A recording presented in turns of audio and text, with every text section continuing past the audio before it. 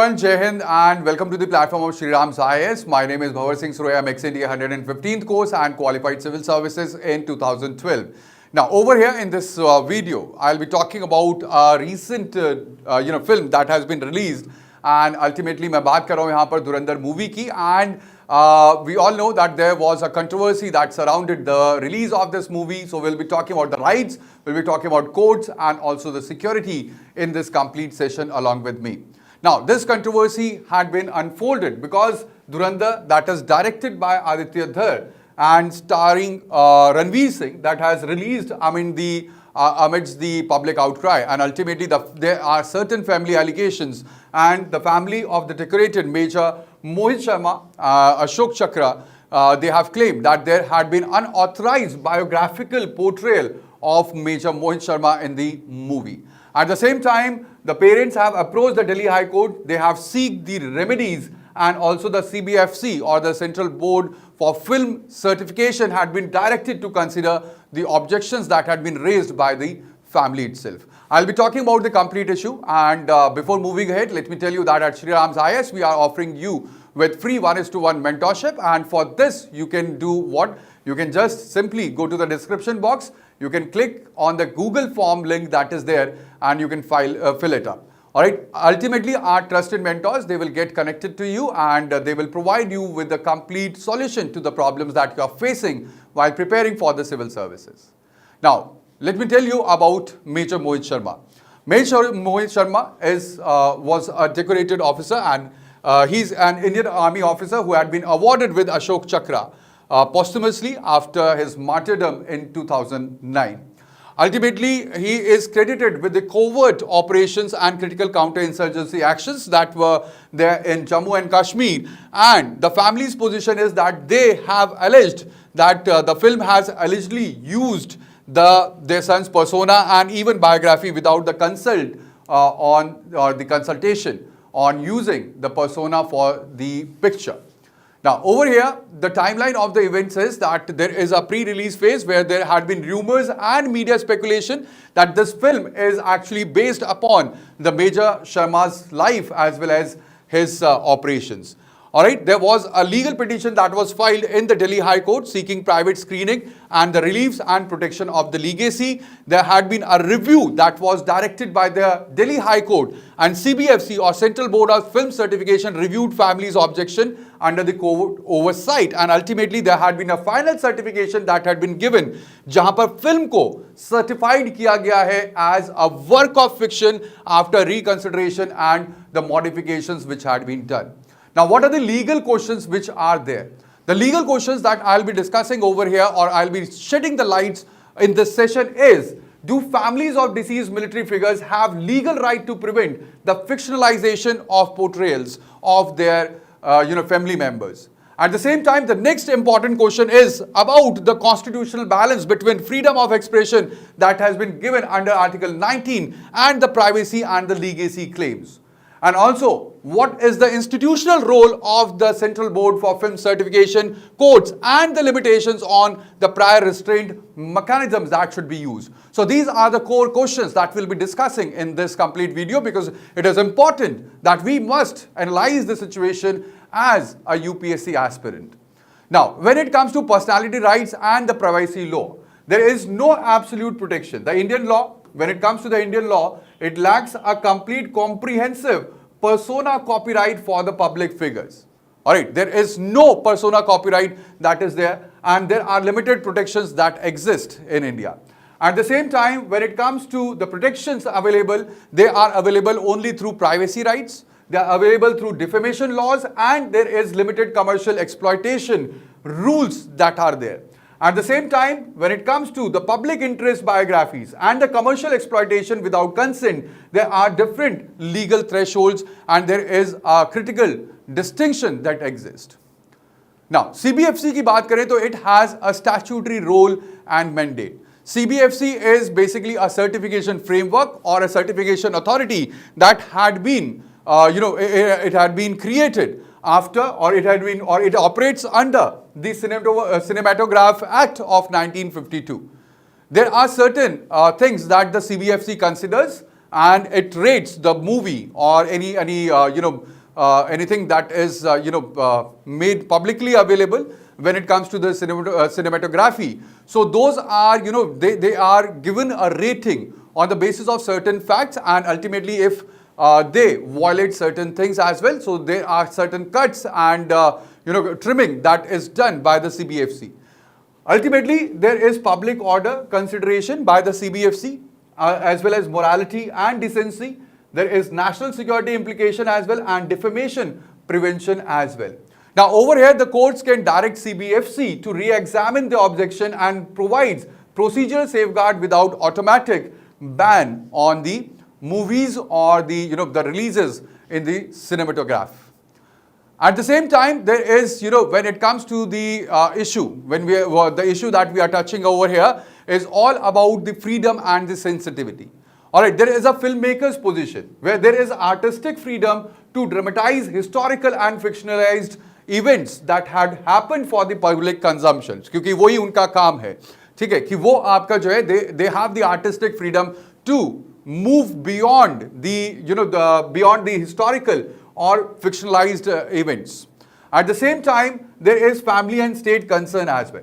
क्योंकि अगर हम बात करें आपका security personnels की and the operations that will impact the family dignity and national security narratives as well, so there is the freedom as well as sensitivity debate that this complete controversy it touches.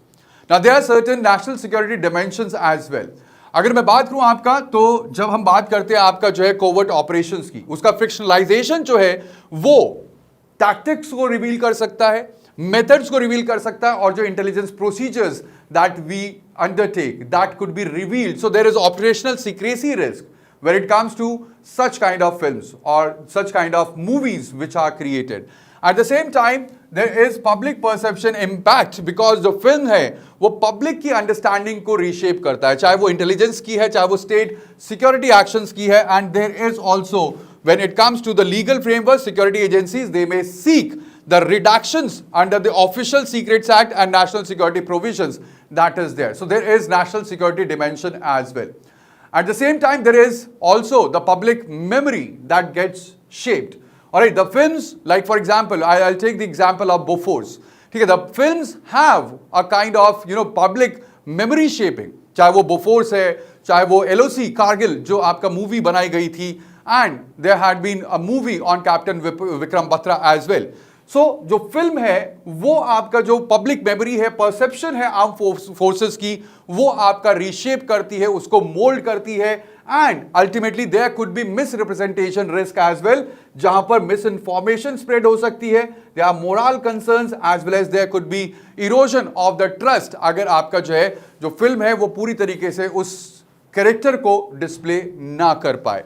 Eight the same time there has to be a accurate representation and there should be dramatization. जब हम dramatization की बात करते हैं तो accurate representation को properly dramatize और fictionalize किया जाना चाहिए for mass appeal and commercial success. And ultimately strategic communication is importance in a complete democratic society that we are living in. Now, when it comes to representing martyrs, there is also a question of ethics over here, because it is important that the consent should be taken from the families. And over here the question is that should that consent from the families be mandatory for the biographical portrayals of the deceased heroes?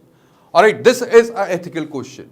At the same time, respecting the grieving families and their emotional connections to the departed soul, that is also important when it comes to the ethics that we should talk about, or we should think about the family sensitivity.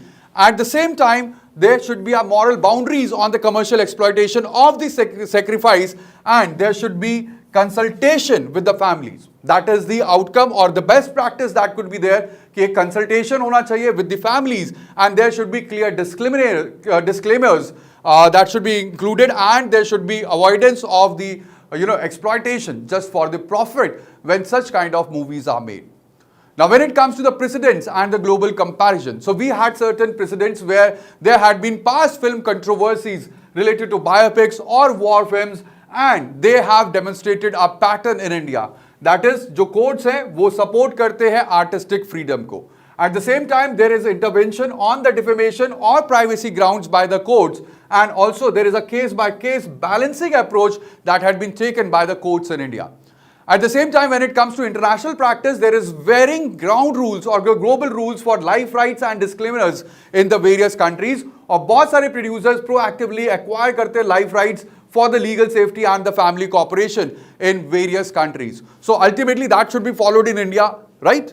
That should be followed, that the producer, they must proactively acquire the life rights, and then they must make the movies or the serials over such figures which are there. At the same time, when it comes to media and the social amplification, there should be viral speculation and pre-release leak that fuels the controversy and public debate. So that must be controlled. This must be controlled. At the same time, the platforms, the social media platforms, they amplify the family grievances and also public opinion at unprecedented scale. जब तक film release नहीं हुई, उसका कोई भी आपका जो है प्रीमियर नहीं हुआ, how can you know about it, that what this movie is all about? So ultimately social media उसको amplify कर देता है, and that amplification that amplifies the family grief and the grievances and the public opinion as well at an unprecedented scale. So ultimately it is critical role of the journalist. Alright, there should be a responsible journalism, there should be a proper fact checking and even verification before publication of any data or anything on the media and social media as well. Now, what are the remedies that are available for the families? There are certain legal remedies, like there are court injunctions, जहाँ पर temporary या permanent restraints जो है वो लगाए जा सकते हैं release या उसके distribution पर. There is compensation as well that could be given for the defamation or emotional distress or the privacy violation, and also the court mandated disclaimers, modifications and private screenings are also the legal remedies that are available to the families. At the same time, when it comes to non-legal options, so there could be a direct dialogue for the modifications, acknowledgements or settlements with the producer itself. There could be media engagement to present the family's perspective and concerns, and also there could be strategic communication to protect the martyr's legacy for the reputation that should be managed and that should be protected at any cost when it comes to the martyrs in India. Alright? Now, what could be the policy and legislative, what are these gaps which exist in India? So when it comes to the life rights framework, we do not have the life rights framework in India. There is absence of clear statutory life rights framework for the deceased public servant or the military personnel that we have in India. At the same time, this should be, this should be thought upon, that there should be a life right framework in India itself. At the same time, there is lack of specific guidelines for depiction of sensitive security operations and intelligence work as well. And there is need for legislative balance between the artistic freedom and also the dignity of the martyrs in India that should be protected at any cost. Now, so what are the policy recommendations that we can give? The most important is that there should be voluntary guidelines for the biopics, and that should require the consultation with the families of those public servants and the martyrs. At the same time, there should be enhanced protocols for depiction of security personnel by the CBFC. There should be consultation. They should consult the agencies without censoring the legitimate expression as well. At the same time, there should be specialized dispute resolution mechanism for pre-release conflicts to balance the interest of both artists as well as the families efficiently and effectively. Now, what is the constitutional learning through all this? There are freedom of the, there is Article 19 that gives the freedom of speech and expression, that gives the freedom for the artistic representation. But at the same time, Article 19, that freedom that it gives, it intersects with the competing constitutional values that are there. So there are fundamental rights which are at loggerhead. At the same time, CBFC's role, powers and limitations in certification process is also important to understand that how these statutory bodies they function. At the same time, there is an administrative balance that should be that should be learned. All right, that is the expression and the digital dignity and privacy and also the national security. So there are tripartite balancing that needs to be maintained while touching such kind of sensitive issues, and also the courts balancing their prior restraint and the post factum remedies that should be learned, and these are the things that we have learned in this session. Alright, so ultimately I will ask you that you should brainstorm certain questions. आपको कुछ questions सीखने चाहिए, कुछ questions आपको पूछने चाहिए अपने आप से, और ultimately that is required for being a civil servant. Because ultimately if you are not analyzing things, if you are not asking the questions, if you are not looking for the solutions, so कैसे आप civil servants बनेंगे? So over here the first question is, should filmmakers be legally required to obtain consent from the families when depicting decorated public servants? Or the next question that you must ask yourself is, how should courts balance prior restraint against remedies available after the release? And what institutional safeguards can protect both freedom of speech and the artistic freedom as well as family dignity simultaneously? So these are the certain questions that you should brainstorm. Now over here in your UPSC, you can start writing questions, answers to these questions. These are main questions that you can get in your UPSC. Examine the constitutional balance between freedom of speech and the right to privacy in the context of biographical films. Illustrate with recent controversies. Or discuss the role of statutory bodies like CBFC in safeguarding public order without stifling creative expression. Or in your prelims as well, you can find question like this, that is regarding depiction of real individuals in film in India, which statement is correct? So we have consent is always required by law. Of course, I told you that this is not the case. CBFC can refuse certification on national security grounds. Yes, it can refuse. And courts may grant injunctions to prevent defamation. Yes, they can prevent. So the answer would be 2 and 3 only. The first statement is incorrect over here. So that would be all. So, but before moving ahead and before summarizing, ending this session, these are certain key takeaways from the complete session that we have covered. And that is, there should be a constitutional balancing where the fundamental rights, they must be balanced, and also the judicial and administrative equilibrium should be there when we are talking about the political setup in India. Alright, at the same time, there should be special considerations for the armed forces representation and the public perception as well, that should be there. Alright, at the same time, there should be responsible journalism, verification and role in the public disclosure by the media. At the same time, this topic covers your UPSC GS2 paper, your GS3 ethics as well as essay, where you can find the questions, or you can find that you can utilize this session and ultimately the learnings for writing the answers for these different papers in your UPSC examination. So that would be all in today's session. Thank you very much guys for joining me over here. I'll see you in the next video. Till then, take care of yourself. Apna dhyan rakhiye, and साथ ही साथ do not forget to like, share as well as subscribe to our channel. Thank you.